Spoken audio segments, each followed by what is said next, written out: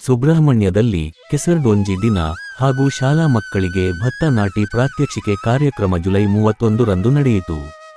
ಶ್ರೀ ಸಂಪುಟ ನರಸಿಂಹ ಸ್ವಾಮಿ ಶ್ರೀ ಸುಬ್ರಹ್ಮಣ್ಯ ಮಠ, ಕುಮಾರಸ್ವಾಮಿ ವಿದ್ಯಾಲಯ ಸುಬ್ರಹ್ಮಣ್ಯ, ಶ್ರೀ ಗೋಪಾಲಕೃಷ್ಣ ಪ್ರೌಢಶಾಲೆ ಬಿಳಿನೆಲೆ ಹಾಗೂ ಶ್ರೀ ವೇದವ್ಯಾಸ ವಿದ್ಯಾಲಯ ಬಿಳಿನೆಲೆ ಆಶ್ರಯದಲ್ಲಿ ಶ್ರೀ ಶ್ರೀ ವಿದ್ಯಾಪ್ರಸನ್ನ ತೀರ್ಥ ಸ್ವಾಮೀಜಿಯವರ ಶುಭಾಶೀರ್ವಾದಗಳೊಂದಿಗೆ ಕಾರ್ಯಕ್ರಮ ನಡೆಯಿತು.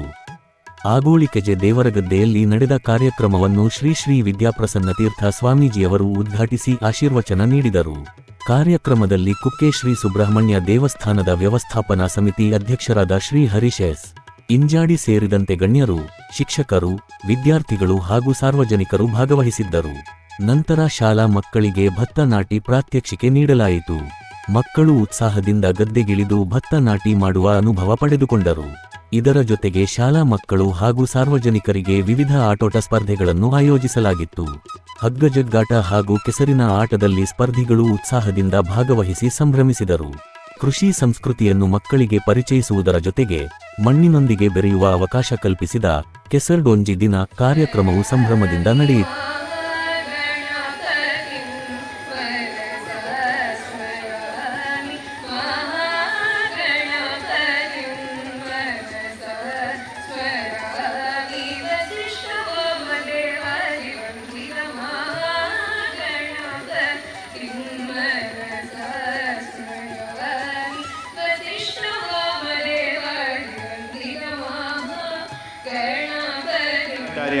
ಶ್ರೀ ಶ್ರೀ ವಿದ್ಯಾಪ್ರಸನ್ನತೀರ್ಥ ಶ್ರೀ ಪಾದಂಗಳವರಿಗೆ ವಂದಿಸ್ತಾ, ವೇದಿಕೆಯಲ್ಲಿರುವಂಥ ಎಲ್ಲ ಗಣ್ಯರೇ, ವೇದಿಕೆಯ ಮುಂಭಾಗದಲ್ಲಿರುವಂಥ ಎಲ್ಲ ಭಕ್ತಾಭಿಮಾನಿಗಳ ಹಾಗೂ ಕ್ರೀಡಾಭಿಮಾನಿಗಳಿಗೆ, ಎಲ್ಲ ಕ್ರೀಡಾಪಟುಗಳಿಗೆ,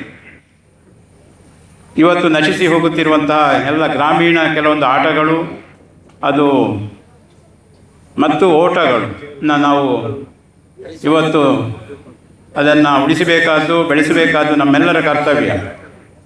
ಈ ದೃಷ್ಟಿಯಲ್ಲಿ ಇವತ್ತಿನ ಕಾರ್ಯಕ್ರಮವನ್ನು ಹಮ್ಮಿಕೊಳ್ಳಲಾಗಿದೆ. ಗ್ರಾಮೀಣ ಆಟಗಳಾದಂಥ ಕೆಲವು ಚೆಸ್ ಆಗಿರ್ಬೋದು ಅಥವಾ ಕೆಲವೆಲ್ಲ ಆಟಗಳು ಇವತ್ತು ಕಣ್ಮರೆಯಾಗಿದೆ. ಮನೆಯಲ್ಲಿ ಆಡುವಂಥ, ಮಳೆಗಾಲದಲ್ಲಿ ಆಡುವಂಥ ಕೆಲವು ಆಟಗಳು ಎಲ್ಲ ಇವತ್ತು ನಾವು ಕಾಣುವುದಕ್ಕೆ ಸಾಧ್ಯ ಇಲ್ಲ. ಯಾಕೆಂದರೆ ಇವತ್ತು ಮೊಬೈಲಿನ ಹಾವಳಿ, ನಿರಂತರವಾಗಿ ಮೊಬೈಲಿನಲ್ಲಿರುವಂಥ ಆಟಗಳು, ಇದರಿಂದಾಗಿ ಇವತ್ತು ಮಕ್ಕಳು ಅದರಲ್ಲಿ ತಲ್ಲೀನರಾಗಿರುತ್ತಾರೆ. ಅದರಿಂದ ಸ್ವಲ್ಪ ಇಂತಹ ಒಂದು ಗ್ರಾಮೀಣ ಪ್ರದೇಶಕ್ಕೆ ಬಂದು ಆಟವನ್ನು ಆಡಬೇಕು. ಇಂತಹ ಕೆಸರಡು ಒಂಜಿ ದಿನ, ಕೆಸರಿನಲ್ಲಿ ಒಂದು ದಿವಸವನ್ನು ನಾವು ಕಳೀಬೇಕು ಎಂಬ ದೃಷ್ಟಿಯಲ್ಲಿ ಈ ಕಾರ್ಯಕ್ರಮವನ್ನು ಆಯೋಜಿಸಲಾಗಿದೆ.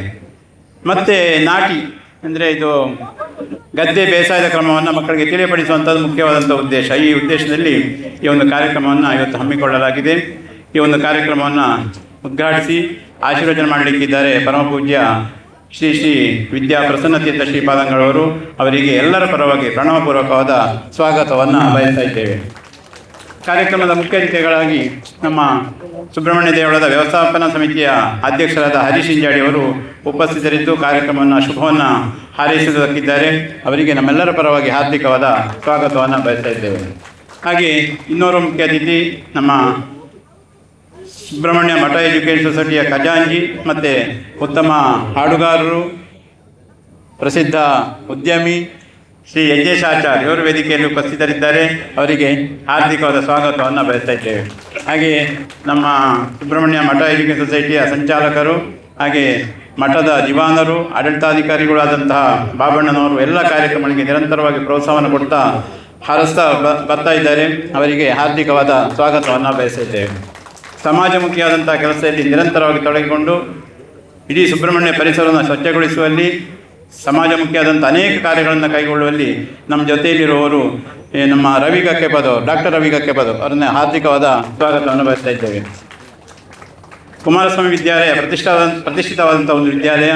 ಇದರ ಅಧ್ಯಕ್ಷರು ಶ್ರೀ ಗಣೇಶ್ ನಾಯರ್ ಅವರು ತನ್ನದೇ ಆದಂಥ ವಿಶಿಷ್ಟವಾದಂಥ ಒಂದು ದೃಷ್ಟಿಯಲ್ಲಿ ಶಾಲೆಯನ್ನು, ಸಂಸ್ಥೆಯನ್ನು ಮುನ್ನಡೆಸ ಬರ್ತಾ ಇದ್ದಾರೆ.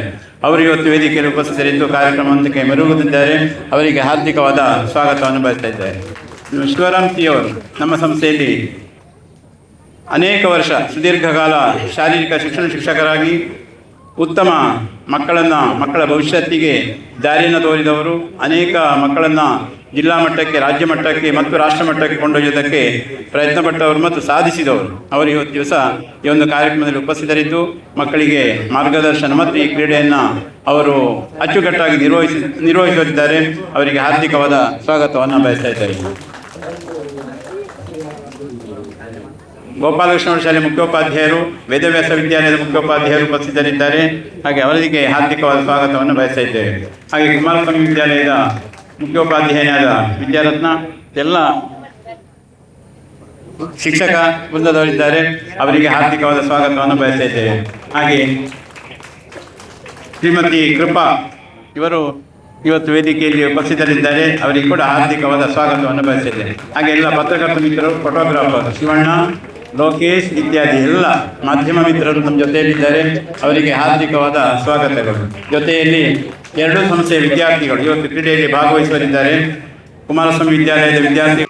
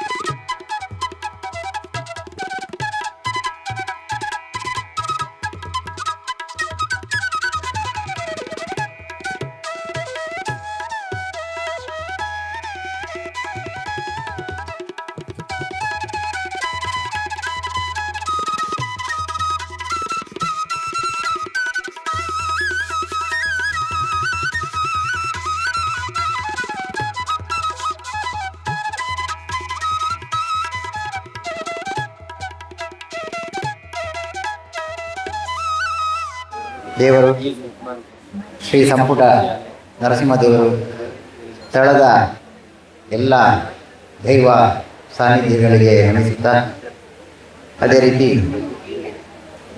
ಇಂದಿನ ಈ ಒಂದು ಕಾರ್ಯಕ್ರಮದಲ್ಲಿ ಉಪಸ್ಥಿತರಿದ್ದು ನಮಗೆಲ್ಲ ಆಶೀರ್ವಚನ ನೀಡಿರುವಂತಹ ಪರಮ ಪೂಜ್ಯ ಗುರುಗಳ ಪಾದಗಳಿಗೆ ನಮಸ್ಕರಿಸುತ್ತಾ, ವೇದಿಕೆಯಲ್ಲಿ ಉಪಸ್ಥಿತರಿರುವಂತಹ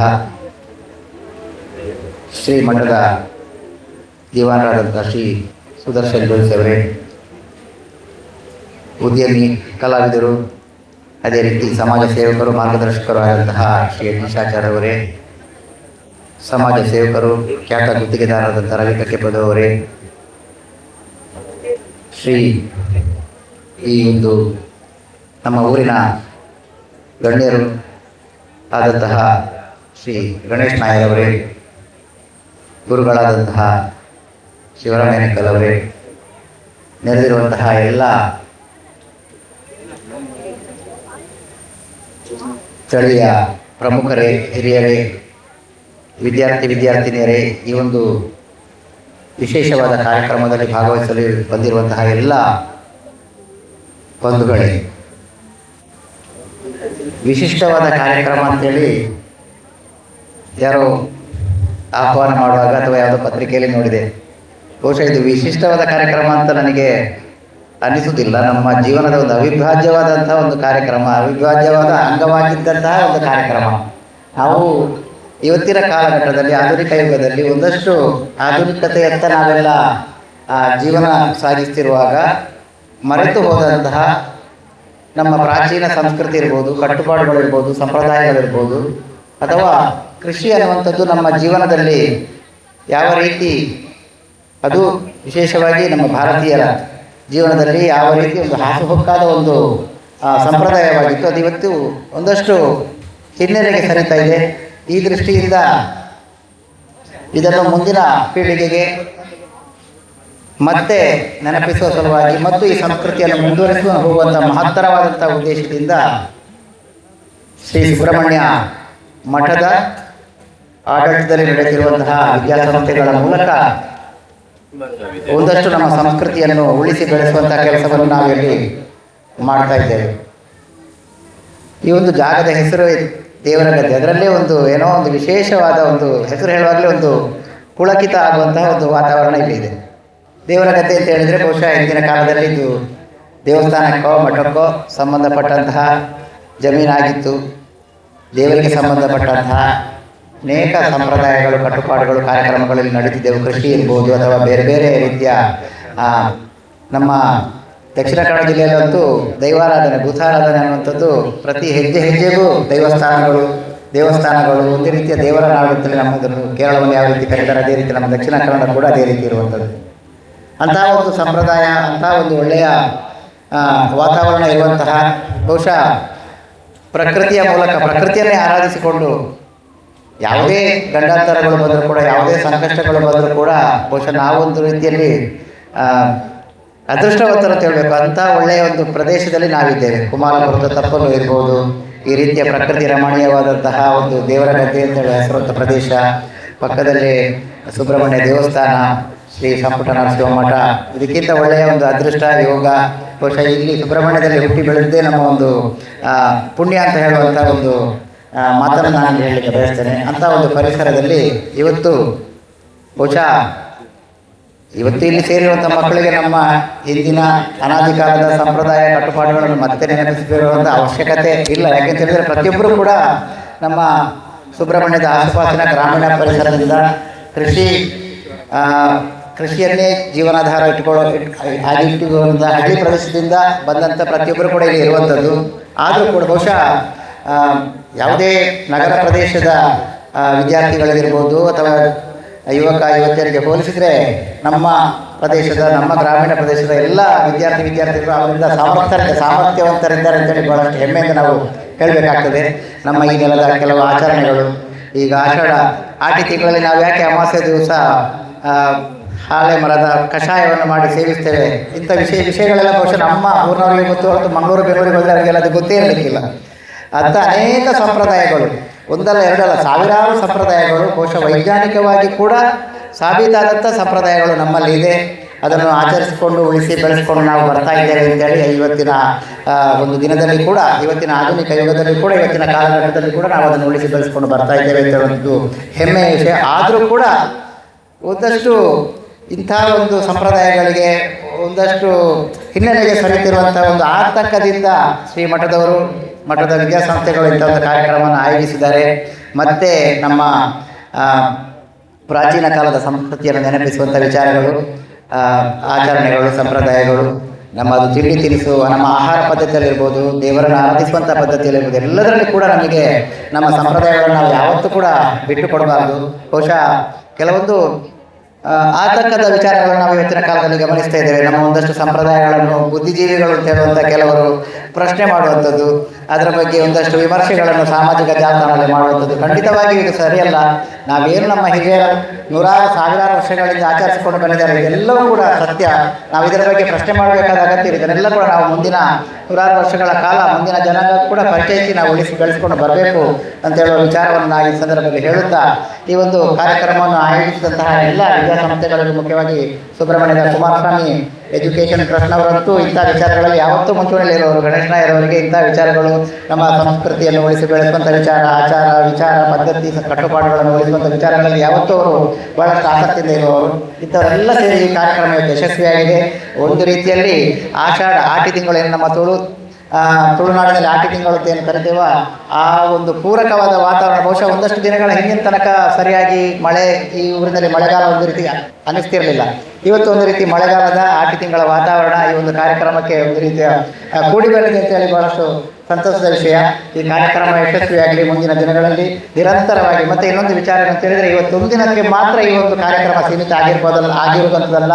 ಪ್ರತಿಯೊಬ್ಬರೂ ಕೂಡ ತಮ್ಮ ಜೀವನದಲ್ಲಿ, ತಮ್ಮ ಮನೆಯಲ್ಲಿ ಇಂಥ ಪ್ರಾಚೀನ ಸಂಪ್ರದಾಯ ಸಂಸ್ಕೃತಿಗಳನ್ನು, ಆಟೋಟಗಳನ್ನು ದಿನನಿತ್ಯ ಆಚರಿಸುವಂಥ ವಿಚಾರ. ಕೇವಲ ನಮ್ಮ ಆಚರಣೆಗಳು ನಕಲಿ ಆಗಬಾರ್ದು. ನಾನು ಯಾಕೆ ವಿಚಾರ ಹೇಳ್ತಾ ಇದ್ದೇನೆ ಅಂತ ಹೇಳಿದರೆ, ಒಂದಷ್ಟು ವರ್ಷಗಳಿಂದ ನಾನು ನೋಡ್ತಾ ಇದ್ದೇನೆ ಸ್ಥಳೀಯ ಕೆಲವೊಂದು ಆಸುಪಾಸಿನಲ್ಲಿ ಈ ಆಟಿ ತಿಂಗಳಲ್ಲಿ ಆಟಿದ ಕೂಟ ಅಂತ ಹೇಳುವಂಥ ಮಾಡುವಂಥದ್ದು. ಒಂದಷ್ಟು ಜನ ಸೇರಿಕೊಂಡು ಒಂದಷ್ಟು ಪತ್ರಿಕೆಗಳಲ್ಲಿ ಬರಬೇಕು ಅವರಿಗೆ, ಮುಖ್ಯವಾಗಿ ಪ್ರಚಾರ ಸಿಗಬೇಕು ಅಷ್ಟೇ ಹೊರತು ಆಟಿಯ ಆಚರಣೆ ಒಂದು ದಿನಕ್ಕೆ ಮಾತ್ರ ಸೀಮಿತ. ಮಾರದಿನ ಹೋದರೆ ಆಟಿ ಆಚರಣೆ ದಿವಸ ಪತ್ರೊಡೆ ಅದು ಇದು ಅಂತ ಮಾಡಿ ತಿಂದವರು ಮಾರದಿನ ಹೋದರೆ ಪಿಜ್ಜಾ, ಬರ್ಗರ್, ಮನೆಯಲ್ಲಿ ಮ್ಯಾಗಿ, ನೂಡಲ್ಸ್ ಮಾಡಿ ತಿಂತಾ ಇರ್ತಾರೆ. ಇಂಥ ನಕಲಿ ಆಚರಣೆಗಳು ಬರಬಾರ್ದು. ನಮ್ಮ ನಿಜ ಜೀವನದಲ್ಲಿ ಕೂಡ ನಾವು ಇದನ್ನು ನಮ್ಮ ಪ್ರಾಚೀನ ಸಂಪ್ರದಾಯಗಳನ್ನು, ಆಹಾರ ಪದ್ಧತಿಗಳನ್ನು ಆಚರಿಸಬೇಕು. ಸುಮ್ಮನೆ ಯಾವುದೇ ವಿಚಾರಗಳಲ್ಲಿ ನಕಲಿತನ ಇರಬಾರ್ದು. ನಕಲಿತನವನ್ನು ಯಾರು ಕೂಡ ಬೆಳೆಸಿಕೊಳ್ಬೇಡಿ ಅಂತೇಳಿ ಈ ಸಂದರ್ಭದಲ್ಲಿ ನಾನು ಎಲ್ಲರಲ್ಲಿ ಕೂಡ ಒಂದು ಕೇಳಿಕೊಳ್ಳುತ್ತಾ ಈ ಕಾರ್ಯಕ್ರಮ ಮಳೆ ಬಹಳಷ್ಟು ಇನ್ನಷ್ಟು ಜೋರಾಗ್ತಾ ಇದೆ. ಸ್ವಾಮೀಜಿಯವರು ಇನ್ನು ನಮಗೆ ಆಶೀರ್ವಾದ ನೀಡಲಿಕ್ಕಿದ್ದಾರೆ. ಕಾರ್ಯಕ್ರಮ ಯಶಸ್ವಿಯಾಗಲಿ, ಮುಂದಿನ ಹಲವಾರು ವರ್ಷಗಳ ಕಾಲ ನಿರಂತರವಾಗಿ ಈ ಕಾರ್ಯಕ್ರಮಗಳು ನಡೆಯಲಿ ಅಂತೇಳಿ ದೇವರಲ್ಲಿ ಪ್ರಾರ್ಥಿಸುತ್ತಾ, ಎಲ್ಲರಿಗೂ ಸಹ ಶ್ರೀ ಸುಬ್ರಹ್ಮಣ್ಯ ದೇವರು, ಶ್ರೀ ನರಸಿಂಹ ದೇವರು, ಸ್ಥಳದ ಎಲ್ಲ ದೈವ ದೇವರುಗಳು ಆಶೀರ್ವದಿಸಲಿ, ಅನುಗ್ರಹಿಸಲಿ ಅಂತೇಳಿ ಪ್ರಾರ್ಥಿಸಿಕೊಂಡು ಈ ಒಂದು ನಮೋ ನಮಃ. ಪ್ರಕೃತಿ ಎಂಬುದು ನಮ್ಮ ಬದುಕಿನ ಒಂದು ಅವಿಭಾಜ್ಯವಾಗಿರತಕ್ಕಂಥ ಅಂಗ. ಈ ಭೂಗೋಳದಲ್ಲಿ ಭೂಮಿಯೊಂದನ್ನು ಬಿಟ್ಟರೆ ಬೇರೆ ಎಲ್ಲಿಯೂ ಕೂಡ ಗ್ರಹಗಳ ಜಾಲಗಳಲ್ಲಿ ಮನುಷ್ಯನಿಗೆ ಅಥವಾ ಜೀವರಾಶಿಗೆ ಅವಕಾಶ ಇಲ್ಲ. ಚಂದ್ರಗ್ರಹ ಇರ್ಬೋದು, ಬೇರೆ ಬೇರೆ ಗ್ರಹಗಳಲ್ಲಿ ಆಧುನಿಕ ವೈಜ್ಞಾನಿಕ ಸಂಶೋಧನೆಯ ಪ್ರಕಾರ ಜೀವರಾಶಿಗಳು ಪತ್ತೆಯಾಗಲಿಲ್ಲ. ಪ್ರಾಚೀನ ಕಾಲದ ಸಿದ್ಧಾಂತದಂತೆ ಇರ್ಬೋದು. ಹಾಗಾಗಿ ಇರುವುದು ಒಂದೇ ಒಂದು ಜೀವರಾಶಿಗಳಿಗೆ ಗ್ರಹಗೋಳಗಳಲ್ಲಿ ಅವಕಾಶ ಇದ್ದರೆ ಅದು ಭೂಗೋಳದಲ್ಲಿ ಮಾತ್ರ. ಆದ ಕಾರಣ ಈ ಭೂಮಿಯನ್ನು ಸಂರಕ್ಷಣೆ ಮಾಡಬೇಕು, ಭೂಮಿಯ ಜೊತೆ ಬದುಕಬೇಕು. ನಾವು ಬೇರೆ ಎಲ್ಲಿಯೂ ಬದುಕಲಿಕ್ಕೆ ಅವಕಾಶ ಇಲ್ಲ. ಬೇರೆ ಬದುಕಬೇಕಾದ್ರೆ, ಬೇರೆ ಲೋಕಕ್ಕೆ ಹೋಗಬೇಕಾದ್ರೆ ಕೃತಕವಾದ ಬದುಕನ್ನು ಬದುಕಬೇಕಷ್ಟೇ ಹೊರತು ಸಹಜವಾದ ಬದುಕು ಸಿಗೋದಿಲ್ಲ. ಆದ್ದರಿಂದ ಭೂಮಿಯ ಮೇಲಿನ ಗೌರವ ನಮಗೆ ಯಾವತ್ತೂ ಇರಬೇಕು. ನಾವೆಲ್ಲ ಚಿಕ್ಕದಿರಬೇಕಾದ್ರೆ ಕಟ್ಟುನಿಟ್ಟಿನ ನಿಯಮ, ಸಂಕ್ರಾಂತಿ ದಪ್ಪರೆ ಬಲ್ಲಿ ಅಂತ, ಆವತ್ತು ಉಳುವ ಹಾಗಿಲ್ಲ. ಕೆಡ್ಡ ಸಂದರ್ಭದಲ್ಲಿ ಭೂಮಿಗೆ ಅಪಚಾರ ಮಾಡಬಾರ್ದು, ಭೂಮಿಯನ್ನು ಅಗಿಯಬಾರ್ದು. ಅಂದರೆ ಭೂಮಿಗೆ ಅಂಥ ಒಂದು ಅಪಾರವಾದ ಗೌರವವನ್ನು ನಾವು ಕೊಡ್ತೇವೆ. ಏಕೆಂದರೆ ನಮಗೆ ಆಹಾರ ಸಿಗುವುದು, ನಮ್ಮ ಜೀವನ ಸಾಗುವುದೇ ಭೂಮಿಯಿಂದ. ಹಾಗಿದ್ದಾಗ ಭೂತಾಯಿಯ ಮೇಲೆ ಇರುವ ಗೌರವ ಅದು ನಮಗೆ ಜೀವನಕ್ಕೆ ಒಂದು ಬಹಳ ದೊಡ್ಡ ಆಧಾರ. ಆದ್ದರಿಂದ ಭೂಮಿಯನ್ನು ಗೌರವಿಸಬೇಕಾದ್ದು ನಮ್ಮ ಕರ್ತವ್ಯ. ಈ ನೆಲದಲ್ಲಿ ನಮ್ಮ ಬದುಕು ಅದು ಸಾಗಲೇಬೇಕಾಗಿದೆ. ಆ ನೆಲವೇ ಕೊಡುವ ಆಹಾರದಿಂದ ನಾವು ಬದುಕಬೇಕು. ಅದಕ್ಕೋಸ್ಕರ ನೆಲವನ್ನು ಸಂರಕ್ಷಣೆ ಮಾಡಬೇಕಾದ ಬದ್ಧತೆ ನಮಗಿರಬೇಕು. ಪ್ರಾಚೀನ ಕೃಷಿ ಪದ್ಧತಿಯಲ್ಲಿ ಯಾವತ್ತೂ ಕೂಡ ರಸಗೊಬ್ಬರಗಳ ವಿನಿಯೋಗ ಮಾಡ್ತಾ ಇರಲಿಲ್ಲ. ಆ ರಸಗೊಬ್ಬರ ಮತ್ತು ರಾಸಾಯನಿಕಗಳ ವಿನಿಯೋಗದಿಂದ ಭೂಮಿ ಒಂದಷ್ಟು ಕಲುಷಿತವಾಗಿದೆ ಮತ್ತು ಅದು ವಿಷಮಯವಾಗಿದೆ ಅಂತ ಹೇಳೋದು ನಮಗೆ ಗೊತ್ತಿದೆ. ಒಂದು ಭೂಮಿಯ ಮೇಲ್ಮೈ ಅದು ಫಲವತ್ತತೆಯನ್ನು ಪಡೆಯಬೇಕಾದ್ರೆ ಅತಿ ದೀರ್ಘಕಾಲದ ಅವಕಾಶವನ್ನು ಪಡೆಯುತ್ತೆ ಅದು ಭೂಮಿ. ಹಾಗಾಗಿ ಭೂಮಿಯ ಸವಕಳಿ ಎಂಬುದು ಕೂಡ ನಮಗೆ ಒಂದು ನಷ್ಟವನ್ನು ಉಂಟು ಮಾಡ್ತಾ ಇದೆ. ಇವತ್ತು ಕೃತಕವಾದ ನೆರೆಯಿಂದಾಗಿ, ಭೂಮಿಯ ಸವಕಳಿತದಿಂದಾಗಿ ಅಮೂಲ್ಯವಾಗಿರತಕ್ಕಂಥ ಭೂಮಿಯ ಮೇಲ್ಮೈಯನ್ನು ಕಳೆದುಕೊಂಡು ಸಾರವತ್ತಾದ ಮಣ್ಣಿನ ಭಾಗವನ್ನು ನಾವು ಕಳ್ಕೊಂಡು ಅಸಾರಪೂರ್ಣವಾದ ಮತ್ತು ತಾತ್ಕಾಲಿಕವಾಗಿ ಫಲ ಕೊಡತಕ್ಕಂತಹ ರಾಸಾಯನಿಕಗಳನ್ನು ಬಳಸುವುದರ ಮೂಲಕ ಭೂಮಿ ವಿಷಮಯವಾಗಿದೆ. ಅದರ ಪರಿಣಾಮವಾಗಿ ಆಹಾರದಲ್ಲಿಯೂ ಕೂಡ ವಿಷದ ಅಂಶ ಇರೋದರಿಂದ ಬೇರೆ ಬೇರೆ ಕಾಯಿಲೆಗಳಿಗೆ ಇವತ್ತು ಆಹ್ವಾನ ಕೊಡ್ತಾ ಇದ್ದೇವೆ. ಹಾಗಾಗಿ ಹಿಂದಿನ ಕಾಲದವರು 100 ವರ್ಷ ಬದುಕಿದವರು ಕೂಡ ಹಲ್ಲನ್ನು ಕಳ್ಕೊಂಡಿಲ್ಲ, ಕಣ್ಣನ್ನು ಕಳ್ಕೊಂಡಿಲ್ಲ, ಕಿವಿ ಕೇಳ್ತಾ ಇತ್ತು, ಆರಾಮಾಗಿ ನಡೀತಾ ಇದ್ರು ಅಂತ ಹೇಳುವಂಥದ್ದು ಇವತ್ತು ಸುಮಾರು ಅರ್ಧ ಆಯುಸ್ಸಿನಲ್ಲಿ ಅನೇಕ ಕಾಯಿಲೆಗಳು ಬರೋದಕ್ಕೆ ಕಾರಣ ಏನು ಅಂದರೆ ಆಹಾರದಲ್ಲಿರತಕ್ಕಂಥ ಪರಿಶುದ್ಧಿಯ ಅಭಾವ.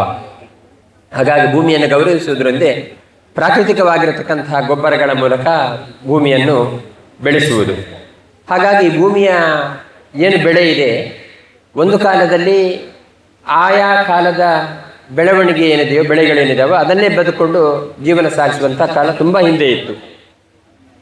ಆ ನಂತರ ಮನುಷ್ಯ ಆಹಾರವನ್ನು ಸಂಗ್ರಹ ಮಾಡಲಿಕ್ಕೆ ಶುರು ಮಾಡಿದ. ಹಾಗಾಗಿ ಆವತ್ತಿನ ಆಹಾರ ಆವತ್ತಿಗೆ ಸಂಪಾದನೆ ಮಾಡೋದರ ಬದಲಿಗೆ ಒಂದು ವರ್ಷಕ್ಕೆ ಬೇಕಾದಷ್ಟು ಸಂಗ್ರಹ ಮಾಡುವ ಬುದ್ಧಿ ಬಂದಾಗ ಅನೇಕ ಬೆಳೆಗಳನ್ನು ಆವಿಷ್ಕಾರ ಮಾಡಬೇಕಾಯಿತು. ಹಾಗಾಗಿ ಭತ್ತದ ಬೆಳೆಗಳನ್ನು ಆವತ್ತೇ ಬೆಳೆದು ತಿನ್ನಬೇಕು ಅಂತ ಇಲ್ಲ. ನಾವು ಒಂದು ವರ್ಷಕ್ಕೆ ಬೇಕಾದಷ್ಟು ಒಂದೇ ಸಲ ಬೆಳೆದು ತಿನ್ಬೋದು. ಹೀಗೆ ಮನುಷ್ಯನ ಜೀವನದ ಬೇರೆ ಬೇರೆ ಘಟ್ಟಗಳಲ್ಲಿ ಸಂಗ್ರಾಹಕವಾದ ಆಹಾರದ ಪದ್ಧತಿ ಬೆಳೆಯಿತು. ಇದರಿಂದ ಒಂದಷ್ಟು ಒಳ್ಳೆಯದಾಗಿದೆ, ಒಂದಷ್ಟು ಕೆಟ್ಟದೂ ಆಗಿದೆ. ಮತ್ತೆ ಈ ಭೂಮಿಯಲ್ಲಿ ಸಹಜವಾದ ಔಷಧೀಯ ಗುಣ ಇದೆ. ಆದ್ದರಿಂದ ನಾವೆಲ್ಲ ಚಿಕ್ಕದಿರಬೇಕಾದ್ರೆ ಬಿದ್ದರೆ ಆ ಜಾಗದ ಮಣ್ಣನ್ನೇ ಹಚ್ಚಿಕೊಳ್ಳೋದು, ಗಾಯಕ್ಕೆ ಗುಣ ಆಗ್ತಾ ಇತ್ತು. ಇವತ್ತಾದ್ರೂ ಮೂಢನಂಬಿಕೆ ಅಂತ ಅನಿಸ್ಬೋದು, ಅಥವಾ ಸೆಪ್ಟಿಕ್ ಆಗ್ಬೋದು, ಏನೇನೋ ಆಗ್ಬೋದು. ಯಾಕಂದರೆ ನೆಲದ ಗುಣಮಟ್ಟದಲ್ಲಿ ವ್ಯತ್ಯಾಸ ಆಗಿರೋದ್ರಿಂದ. ಹಾಗಾಗಿ ನಮ್ಮ ಭೂಮಿಯ ಮೇಲಿರ್ತಕ್ಕಂಥ ಗೌರವ, ನಾವು ಭೂಮಿಯಲ್ಲಿರ್ತಕ್ಕಂಥ ಸಾಕ್ಷಾತ್ತಾದ ಸಂಬಂಧವನ್ನು ಉಳಿಸಬೇಕಾಗಿದೆ. ಹಾಗಾಗಿ ಬರಿಗಾಲಲ್ಲಿ ನಡೆಯುವುದು ಕೂಡ ಒಂದು ಚಿಕಿತ್ಸಾ ಪದ್ಧತಿ. ಮತ್ತು ಇವತ್ತು ಕೃಷಿಯನ್ನು ದೂರ ಮಾಡಿರುವುದರಿಂದ ಅನೇಕ ಕೃಷಿಗೆ ಸಂಬಂಧಪಟ್ಟ ಸಲಕರಣೆಗಳ ಹೆಸರೇ ಮರೆತು ಹೋಗ್ಬಿಟ್ಟಿದೆ ನಮಗೆ. ಇವತ್ತು ನೊಗ ನಾವೇರು ಅಂತ ಹೇಳೋದು ಕೆಲವು ಮಂದಿ ಗೊತ್ತಿದ್ರು ಕೂಡ ಅದು ಪಡಿಮಂಚೆ ಇರ್ಬೋದು, ಪರಕತ್ತೆ ಇರ್ಬೋದು, ನೇಜಿ ಇರ್ಬೋದು, ಇದರದ ಬಗ್ಗೆ ಎಲ್ಲ ಪರಿಚಯ ಕಡಿಮೆ ಆಗ್ತಾ ಇದೆ. ಮಾತ್ರ ಅದಕ್ಕೆ ಯಾವ ಪದವನ್ನು ಬಳಸ್ತಾ ಇದ್ರು ಅಂತ ಹೇಳೋದ್ರ ಬಗ್ಗೆ ಕೂಡ ಜನಗಳಿಗೆ ಪರಿಚಯ ಕಡಿಮೆ ಆಗ್ತಾ ಇದೆ. ಈ ಸಂದರ್ಭದಲ್ಲಿ ಪ್ರಾಚೀನವಾದ ಕೃಷಿ ಪರಂಪರೆಯನ್ನು ಪರಿಚಯ ಮಾಡಿಸುವುದರ ಮೂಲಕ ಅದಕ್ಕೆ ಬೇಕಾದ ಸಲಕರಣೆಗಳು, ಅದರ ಪದ್ಧತಿಗಳನ್ನೆಲ್ಲ ಮತ್ತೆ ಪರಿಚಯ ಮಾಡಿಸಬೇಕಾದ ಹೊಣೆಗಾರಿಕೆ ನಮಗಿರೋದ್ರಿಂದ ನಾವು ಈ ಆಟಿಡೊಂಜಿ ದಿನ ಇಂತಹ ಕಾರ್ಯಕ್ರಮವನ್ನು ಮಾಡ್ತಾ ಇದ್ದೇವೆ. ಈ ಆಷಾಢದಲ್ಲಿ ಮತ್ತು ಆಟಿಯಲ್ಲಿ ಒಳ್ಳೆಯ ಮಳೆ ಬರುವ ಸಂದರ್ಭದಲ್ಲಿ ನಾಟಿ ಮಾಡುವುದರ ಮೂಲಕ ಮತ್ತೆ ಬಿಸಿಲು ಶುರುವಾಗುವ ಸಂದರ್ಭದಲ್ಲಿ ನಮಗೆ ಆಹಾರ ಸಿದ್ಧವಾಗುತ್ತೆ. ಹೀಗೆ ಬೇರೆ ಬೇರೆ ಕಾರಣಗಳಿಗೋಸ್ಕರ ನಮ್ಮ ಪ್ರಾಚೀನರ ಏನು ಪದ್ಧತಿಗಳಿದಾವೋ ಅದೆಲ್ಲ ವೈಜ್ಞಾನಿಕ ಮತ್ತು ಸಕಾಲಿಕ ಮತ್ತು ಚಿಂತನೀಯವಾಗಿರತಕ್ಕಂಥ ಪದ್ಧತಿಗಳು. ಅದನ್ನು ಅನುಸರಿಸಿಕೊಂಡು ಇವತ್ತಿನ ಮಕ್ಕಳಿಗೆ ಭೂಮಿಯ ಮೇಲೆ ಗೌರವ ಹೆಚ್ಚುವಂತೆ ಮತ್ತು ಕೆಸರಿನೊಂದಿಗೆ ತಾವು ಒಂದಷ್ಟು ಹೊತ್ತು ಕಾಲ ಕಳೆದು ಆ ಮೂಲಕ ದೇಹಕ್ಕೆ ಮಣ್ಣಿನ ಸಾಕ್ಷಾತ್ಕಾರ ಆಗುವುದರ ಮೂಲಕ ನಾವು ಮಣ್ಣನ್ನು ಗೌರವಿಸುವಂತಹದ್ದು, ನಮ್ಮ ಬದುಕನ್ನು ಗೌರವಿಸುವಂಥದ್ದು, ನಮ್ಮ ಆಹಾರ ಪದ್ಧತಿಯನ್ನು ಗೌರವಿಸುವಂತಹದ್ದು ಇದು ನಡೀಬೇಕಾಗಿದೆ. ಈ ಕಾರಣಕ್ಕೋಸ್ಕರ ಕುಮಾರಸ್ವಾಮಿ ವಿಶ್ವವಿದ್ಯಾಲಯ, ಆಮೇಲೆ ಗೋಪಾಲಕೃಷ್ಣ ಪ್ರೌಢಶಾಲೆ ಮತ್ತು ವೇದವ್ಯಾಸ ವಿದ್ಯಾಲಯದ ಸಂಯುಕ್ತ ಆಶ್ರಯದಲ್ಲಿ ಇವತ್ತು ಏನು ಕಾರ್ಯಕ್ರಮ ಹಮ್ಮಿಕೊಂಡಿದ್ದೇವೋ ಇದು ಪ್ರಸ್ತುತ ಮತ್ತು ಇವತ್ತಿನ ವಿದ್ಯಾರ್ಥಿಗಳಿಗೆ ಸಕಾಲಿಕವೂ ಕೂಡ ಹೌದು. ಅಂತಹ ಈ ಕಾರ್ಯಕ್ರಮದಲ್ಲಿ ಅನೇಕ ಮಂದಿ ಭಾಗವಹಿಸಿದ್ದಾರೆ. ಕೆಸರಿನ ಗದ್ದೆಯಲ್ಲಿ ಕ್ರೀಡೆ ಮತ್ತು ನಾಟಿ ಮಾಡುವಂತಹದ್ದೆಲ್ಲ ಕಾರ್ಯಕ್ರಮ ಜರುಗಲಿಕ್ಕಿದೆ. ಈ ಸಂದರ್ಭದಲ್ಲಿ ಇದರ ಮೇಲೆ ತುಂಬ ಉತ್ಸಾಹವನ್ನಿಟ್ಟುಕೊಂಡು ಈ ಕಾರ್ಯಕ್ರಮ ಆಯೋಜನೆಗೆ ತುಂಬ ಸ್ಫೂರ್ತಿಯನ್ನು ಕಂಡುಕೊಂಡಿರತಕ್ಕಂತಹ ನಮ್ಮ ಅನುಗ್ರಹ ಎಜುಕೇಷನ್ ಸೊಸೈಟಿನ ಅಧ್ಯಾಪಕರಾಗಿ ಇದು ನೇತಾರರಾಗಿರತಕ್ಕಂತಹ ಗಣೇಶ್ ನಾಯರವರು, ಬಾಬಣ್ಣ ಜೋಯಿಸರು ಮತ್ತು ಯಜ್ಞೇಶಾಚಾರ್ಯರು, ವಿಶೇಷವಾಗಿ ಇವತ್ತು ನಮಗೆ ಇದರಲ್ಲಿ ಸ್ಫೂರ್ತಿದಾಯಕವಾದ ಮಾತನಾಡಿರ್ತಕ್ಕಂತಹ ಸುಬ್ರಹ್ಮಣ್ಯ ದೇವಸ್ಥಾನದ ಆಡಳಿತ ಮಂಡಳಿ ಅಧ್ಯಕ್ಷರಾಗಿರ್ತಕ್ಕಂಥ ಹರೀಶ್ ಇಂಜಾಡಿಯವರು, ಮತ್ತು ನಮ್ಮ ಶಾಲೆಯಲ್ಲಿ ಕಾಲಕ್ಕೆ ಬೇಕಾದಷ್ಟು ಮಳೆ ಬೆಳೆಯಾಗಿ ಅದರ ಮೂಲಕ ಈ ಭೂಮಿ ಸಮೃದ್ಧವಾಗಲಿ ಅಂತ ಹೇಳ್ತಾ ನಮ್ಮ ಮಾತನ್ನು ಮುಗಿಸ್ತೇವೆ.